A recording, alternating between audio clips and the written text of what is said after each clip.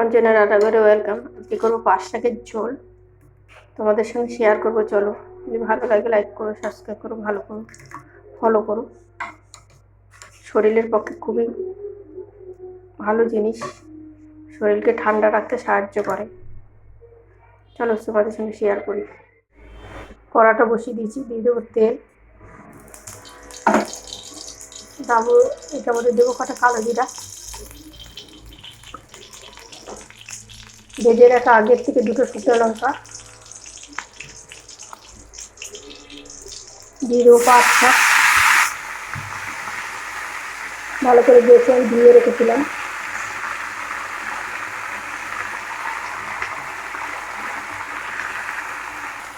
অল্প করে দেবো হলুদ, সামান্য একটু নুন, নুন লাগলে পরে দেখা দেবো।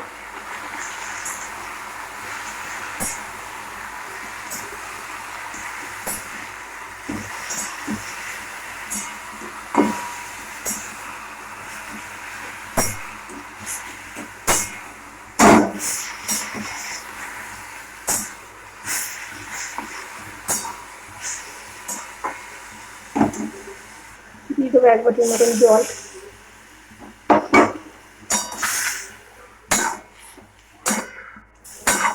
পাঁচ থেকে আমরা একটা ঝোল করবো, যার জন্য জলটা আরেকটু দিতে হবে। জলটা আমরা আরেকটু দিলাম, এবার ঢেকে দেবো আমরা।